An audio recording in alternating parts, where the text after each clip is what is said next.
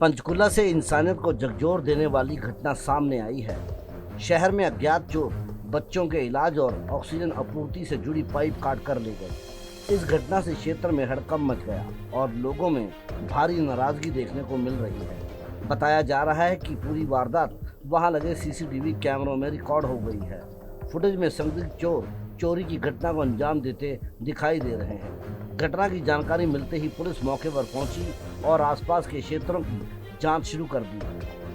Police ने CCTV footage अपने कब्जे में लेकर आरोपियों की पहचान का काम तेज कर दिया। अधिकारियों का कहना है कि जल्द ही आरोपियों को गिरफ्तार कर लिया जाएगा।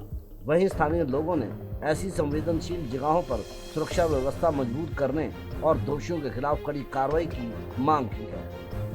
पंजाब केसरी पंचकुला से तारा ठाकुर के साथ कुलदीप कुमार की रिपोर्ट।